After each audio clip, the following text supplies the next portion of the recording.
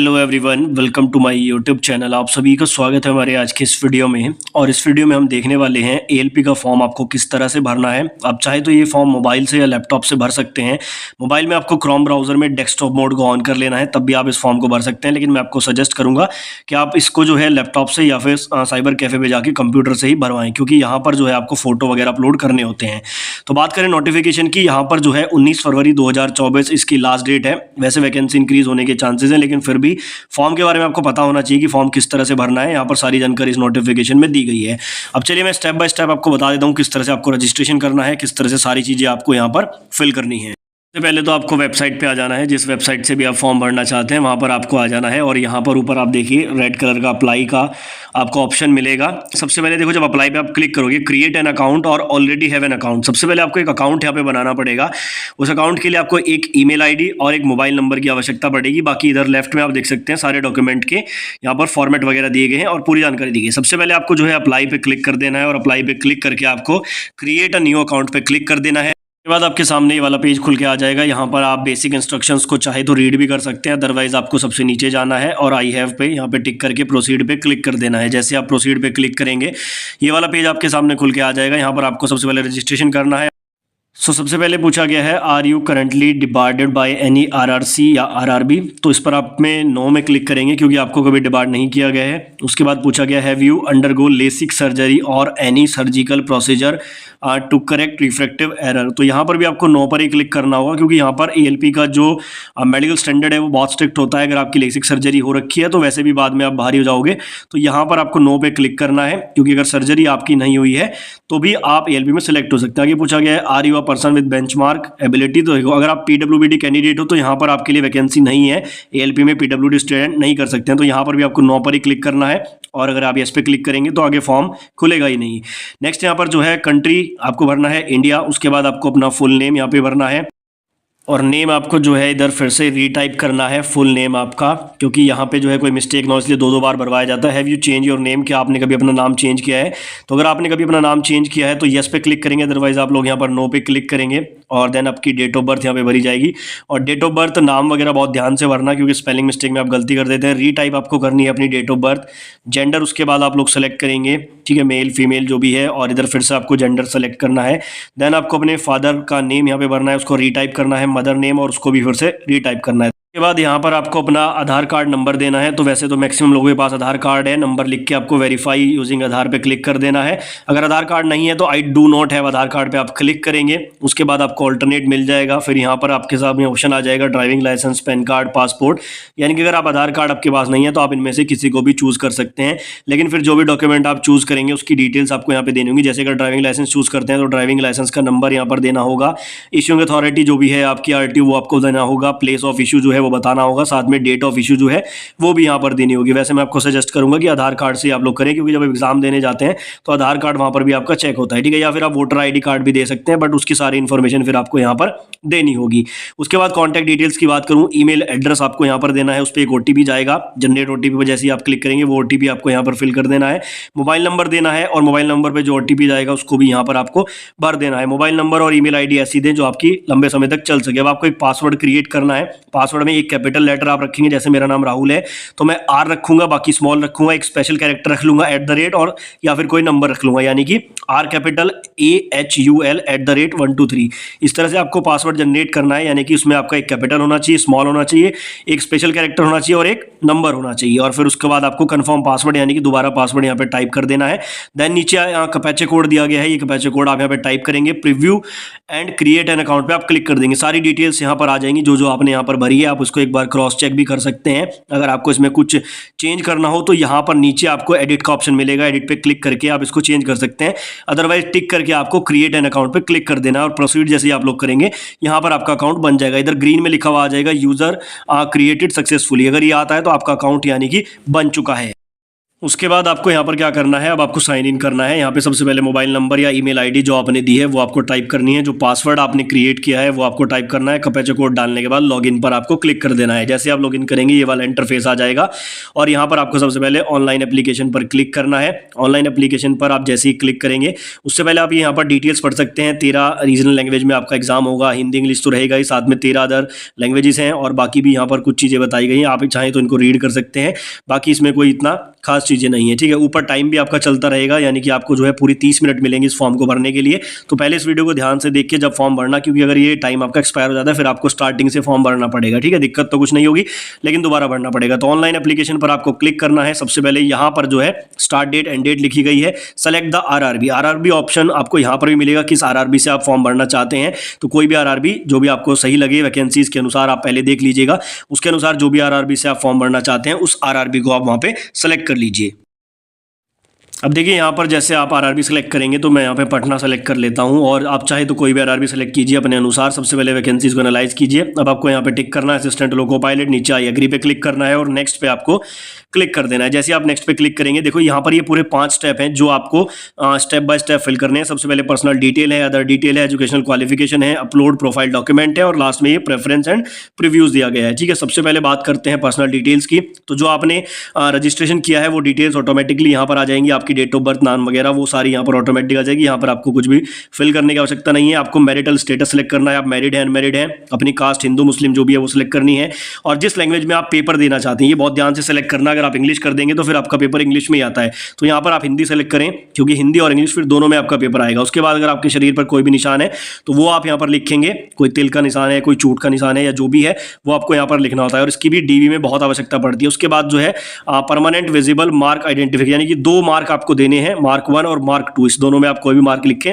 और ऐसा मार्क लिखना जो मिटे ना डीवी के टाइम तक। उसके बाद नीचे आएंगे, सेलेक्ट करना है आपको अपनी कैटेगरी, यूआर एससी एसटी, आप जिस कैटेगरी से भी बिलोंग करते हैं वो यहाँ पर आपको चूज करना है। और यहाँ पर मैं आपको बता दूं अगर आप लोग एससी एसटी से बिलोंग करते हैं तो आपको यहाँ पर सर्टिफिकेट देना होगा, या ओबीसी नॉन क्रीमी लेयर से बिलोंग करते हैं तो नंबर आपको देना होगा। जैसे एससी में यहाँ पे सेलेक्ट करता हूँ, सर्टिफिकेट नंबर देना होगा और यहाँ पर जो इशूइंग अथॉरिटी है वो आपको बताना होगा, सर्टिफिकेट की इशू डेट क्या है ये आपको देनी है, इशूइंग स्टेटस क्या है, वो सारी चीज़ें यहाँ पर ध्यान से फिल करना अपने सर्टिफिकेट के अनुसार। और ओबीसी वालों को मैं कहूँगा अगर आपका सर्टिफिकेट एक्सपायर हो चुका है तो पहले नया बनवाएं तब यहाँ पे भरे, क्योंकि नॉन क्रीमी लेयर का भी यहाँ पर इसी तरह से सर्टिफिकेट नंबर मांगा जाता है, ठीक है। एससी वाले और एसटी वालों के लिए अगर ट्रैवल पास आपको लेना है तो यस पे क्लिक करेंगे और अगर नहीं लेना है तो नो पे आप लोग क्लिक करेंगे। जो नियरेस्ट रेलवे स्टेशन है वो आपको बताना है कि आपके नज़दीक में कौन सा रेलवे स्टेशन है जहाँ से आपको ट्रेन पकड़नी है जब आप एग्जाम देने जाएंगे। एससी एसटी कैंडिडेट को ये सुविधा मिलती है कि अगर वो यहाँ पर जो है चाहें तो फ्री ट्रैवल पास भी ले सकते हैं। उसके बाद देखो अगर आप ओबीसी से बिलोंग करते हैं तो आप यहाँ पर OBC non creamy layer select करेंगे, जिसकी भी सालाना आय 8 लाख से कम है वो नॉन क्रीमी लेयर में आता है और आपका सर्टिफिकेट भी अलग से बनता है। तो जैसे आप यस पे अगर यहाँ पे ओबीसी नॉन क्रीमी लेयर पे क्लिक करेंगे, अंडरस्टैंड करेंगे तो आपको भी यहाँ पर सर्टिफिकेट नंबर आपका देना होगा और इशूइंग अथॉरिटी कौन है जिसने आपको जो है ये सर्टिफिकेट बनाया है वो आपको बताना है और इशूइंग जो स्टेट है वो आपको देना है, डेट ऑफ इशू वो यहाँ पे बतानी है। तो ये सर्टिफिकेट नंबर वगैरह बहुत ध्यान से भरना, चाहे आप SC ST से हैं या OBC से हैं, क्योंकि आगे जाकर फिर आपको बहुत प्रॉब्लम इसके रिगार्डिंग आती है।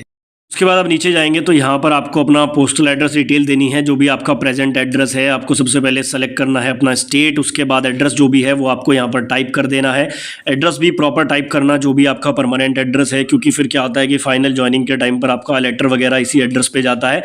उसके बाद यहाँ पर जो है आपको नीचे विलेज टाउन पिन कोड के साथ और इधर परमानेंट एड्रेस अगर सेम है तो आप नीचे टिक कर देंगे, अदरवाइज अगर अलग है परमानेंट एड्रेस तो इधर आपको फिर से जो है टाइप करना होगा। अगर दोनों एड्रेस सेम है तो टिक करके नीचे नेक्स्ट पे आपको क्लिक कर देना है। नेक्स्ट पेज खुल के आ जाएगा। एक्स सर्विसमैन डिटेल्स मांगी गई है, अगर आप एक्स सर्विसमैन है तो यस करेंगे, अदरवाइज आप इसमें नो टिक कर देंगे। आगे PWD यहाँ पर नो हो जाएगा ऑटोमेटिकली। इकोनॉमिकल बैकवर्ड क्लास, देखो EBC ये वाला मैटर बहुत सीरियस है। अगर यहाँ पर आप फीस में कंसेशन लेना चाहते हो तो यहाँ पर EBC सर्टिफिकेट पर आपको यस करना है, ठीक है। इससे आपको जो है फीस में कंसेशन मिल जाएगा, लेकिन फिर ये EBC आपको बनवाना भी होता है। 50,000 तक अगर आपकी सालाना आय है परिवार की तो आप EBC में आते हैं। तो मैं आपको सजेस्ट करूंगा अगर आपके पास सर्टिफिकेट नहीं है, इनकम सर्टिफिकेट नहीं है इतना कम का, तो आप EBC पे नो ही टिक करें। अगर आप यस टिक करते हैं तो आपको DV में फिर यहाँ पे दिखाना पड़ता है। तो उसके बाद यहाँ पर details of serving railway applicant आपको जो है यहाँ पे क्लिक करना है। अगर आप रेलवे में सर्विस करते हैं तो यस पे क्लिक करेंगे और कब से कब तक आप वर्क कर रहे हैं वो सारी डिटेल्स आपको देनी होंगी एनओसी वगैरह की यहाँ पर, और नहीं तो आप इस पर नो क्लिक कर सकते हैं। करंट एम्प्लॉयमेंट डिटेल्स आपको देनी है, अगर आप कहीं किसी ऑर्गेनाइजेशन में अभी काम कर रहे हैं तो यहाँ पर आपको उसकी डिटेल देनी है, सेंट्रल में है, पीएसयू में है, स्टेट गवर्नमेंट में है, कहाँ पे आप काम कर रहे हैं, और अगर कहीं पे नहीं है तो नॉट एप्लीकेबल। आगे are you a course complete apprenticeship, अगर आपने अप्रेंटिसशिप किया है तो येस पे आप लोग टिक करेंगे। उसके बाद आपको नेम ऑफ ट्रेड अपना देना है जिस ट्रेड से आपने अप्रेंटिसशिप किया है। उसके बाद जो है ट्रेनिंग फ्रॉम डेट, यानी कि जिस डेट से आपने ट्रेनिंग की है वो आपको देनी है, कब से कब तक ट्रेनिंग हुई है और ड्यूरेशन बताना है आपको। उसके बाद जो है यहाँ पर सर्टिफिकेट नंबर आपको देना होगा, सर्टिफिकेट की डेट बतानी होगी। तो सारी जानकारी आपको देनी होगी अगर आपने अप्रेंटिसशिप किया है। और अगर आपने अप्रेंटिसशिप नहीं की है तो नो पे आप लोग टिक कर देंगे। उसके बाद नीचे बैंक डिटेल्स आपको देनी है, जिस अकाउंट में आपको अपना रिफंड लेना है, क्योंकि एग्जाम के बाद आपके पैसे रिफंड होते हैं। तो नेम ऑफ अकाउंट होल्डर सबसे पहले लिखना है, ये भी ध्यान से भरना, जो भी आपका अकाउंट में नेम है वो भरना है। Then account number, confirm account number, IFSC code देना है, नेम ऑफ बैंक देना है और बैंक का एड्रेस आपको देना है। इसी बैंक अकाउंट में आपके पैसे रिफंड होते हैं जब आप CBT 1 का एग्जाम दे देंगे। उसके बाद आपको सेव पे और देन आपको नेक्स्ट पे क्लिक कर देना है। आगे आ जाएंगे तो यहाँ पर एसेंशियल क्वालिफिकेशन के बारे में जो है बताया गया है। 10th के साथ ITI वाले भी अप्लाई कर सकते हैं, कौन कौन सी ट्रेड वाले हैं वो सारे यहाँ पर दिया गया है। 10th के साथ डिप्लोमा वाले और बीटेक वाले भी यहाँ पे अप्लाई कर सकते हैं, वो सारी जानकारी यहाँ पर दी गई नीचे।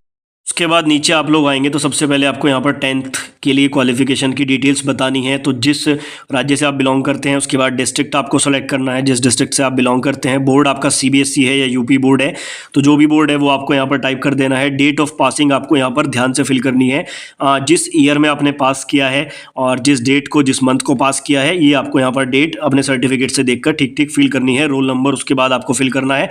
देन आपको ऐड पे क्लिक कर देना है, यानी कि अब आपने 10th के बाद अगर ITI किया है तो यहाँ पर क्वालिफिकेशन में आपको ITI सेलेक्ट करना है। अगर आप लोगों ने डिप्लोमा किया है तो डिप्लोमा सेलेक्ट करना है। अगर इंजीनियरिंग किया है यानी कि बीटेक किया है तो बीटेक आपको यहाँ पे सेलेक्ट करना है। अगर आपने अप्रेंटिसशिप किया है तो अप्रेंटिसशिप यानी कि NAC आप लोग यहाँ पर सेलेक्ट कर सकते हैं। उसके बाद ट्रेड वगैरह, state, district, name of institute, date of passing, certificate issue NCVT से है, SCVT से है, सर्टिफिकेट का टाइप, वो सारी चीज़ें यहाँ पर आपको फिल कर देनी है।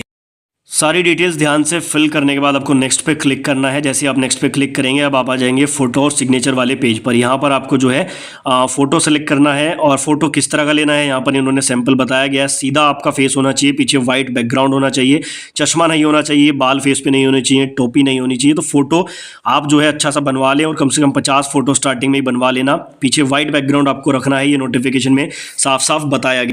फोटो कितने KB का रहेगा इधर साइड में भी आपको देखने को मिल जाएगा। साइज़ क्या रखना है फोटो का, कितने JPG या JPEG फॉर्मेट में रखना है। इसी तरह से सिग्नेचर की भी डिटेल्स बताई गई है। सिग्नेचर के रिगार्डिंग मैंने आपको लास्ट वीडियो में बताया था, आपको कैपिटल लेटर में सिग्नेचर नहीं करने हैं, रनिंग हैंडराइटिंग में आपको सिग्नेचर करने हैं। उसके बाद आपको यहाँ पर जो है सिग्नेचर और फोटो अपलोड करना होगा, ठीक है। तो यहाँ पर अपलोड करने के बाद आप आ जाएंगे नेक्स्ट पेज पर, और यहाँ पर पूछा गया select exam trade for part 2। तो पार्ट 2 के लिए आपको कौन सी ट्रेड लेनी है, इसके लिए वैसे मैं एक सेपरेट वीडियो बनाऊंगा। बाकी जैसे आपने ITI इलेक्ट्रिशियन से किया है तो वो आपका यहाँ पर आ जाएगा, उसको आप सेलेक्ट कर लेना। और इधर फिर से आपको एक ऑप्शन मिलेगा अपनी RRB को सिलेक्ट करने का। अगर आप यहाँ से भी RRB चेंज करना चाहते हैं तो कर सकते हैं, बाकी नहीं करना है तो नीचे टिक करके आपको जो है आगे फर्दर प्रोसेस पे क्लिक कर लेना है। यहाँ पर जितने भी बॉक्स दिख रहे हैं इन सभी पे आपको टिक करना है। प्लेस में आपको यहाँ पर नीचे फिल करना होगा, जो प्लेस लिखा हुआ है यहाँ पर आप अपने गाँव का, शहर का जो है नाम लिख के, और उसके बाद आगे प्रोसेस को प्रोसीड करेंगे। नेक्स्ट पेज पर आप आ जाएंगे तो यहाँ पर आपको फॉर्म रिव्यू करने का मौका मिलता है। जो जो डिटेल्स आपने भरी है वो सारी आपको यहाँ पर शो करेंगी, और फाइनल सबमिट से पहले एक बार इसको जरूर ध्यान से पढ़ लेना सारी चीजें। अगर कोई दिक्कत है तो एडिट पे आप क्लिक करके अभी उसको एडिट कर सकते हैं, और अगर सब कुछ सही है तो नीचे क्लिक करके आपको नेक्स्ट कर देना है। एप्लीकेशन आपका यहाँ पर जो है फाइनल सबमिट के लिए तैयार है। सबमिट पे जैसे ही आप क्लिक करेंगे आपका फाइनल सबमिट हो जाएगा। अब आपको यहाँ पर सिर्फ क्या करना है, फीस आपको पे करनी है। अमाउंट आपका यहाँ पर शो हो जाएगा आपकी कैटेगरी के अकॉर्डिंग। पे नाउ पर जैसे आप लोग इधर राइट साइड में क्लिक करेंगे तो आपके पास ऑप्शन आ जाएंगे, internet banking, debit card, credit card, UPI, Paytm, PhonePe, NEFT, इन सभी से आप लोग यहाँ पर जो है अपनी पेमेंट को कर सकते हैं। तो यहाँ पर आप जो भी चीज़ चूज़ करेंगे उसके बाद आपको पे नाउ पे क्लिक करना है। पे नाउ पे क्लिक करने के बाद आपका यहाँ पर फीस भी जो है वो सबमिट हो जाएगी। आपको जो अपने एप्लीकेशन फॉर्म को है प्रिंट आउट करके रख लेना है, और इस एप्लीकेशन फॉर्म की आवश्यकता लास्ट में आपको DV के टाइम पे पड़ती है, तो उसको जो है संभाल के रख लेना, और जो भी है आपके मोबाइल नंबर पे, ईमेल पर मैसेज भी आ जाएगा। तो इस तरह से आप अपने फॉर्म को फिल कर सकते हैं। तो उम्मीद करता हूं कि ये वीडियो आपके लिए हेल्पफुल रहा होगा। बाकी मैंने एक वीडियो और बनाया था चैनल में, आप ज़रूर देखना, जिसमें मैंने 10 पॉइंट बताए हैं फॉर्म भरने से पहले। वो वीडियो ज़रूर देख लेना, क्या क्या गलती आपको नहीं करनी है। और हमारे चैनल को सब्सक्राइब कर लीजिए। साथ ही 2 वीडियो और आएंगे जिसमें मैं आपको एक तो ट्रेड चूज़ करने के बारे में बताऊँगा, कौन सी ट्रेड आपको चूज़ करनी है, और एक दूसरी वीडियो में मैं आपको जोन सिलेक्शन के बारे में बताऊँगा। बाकी यहाँ पर मैंने आपको फॉर्म किस तरह से भरना है वो पूरी जानकारी दे दी है। तो बने रहिए हमारे चैनल पर, और वीडियो पसंद आया तो वीडियो को लाइक करके चैनल को सब्सक्राइब करना ना भूलें।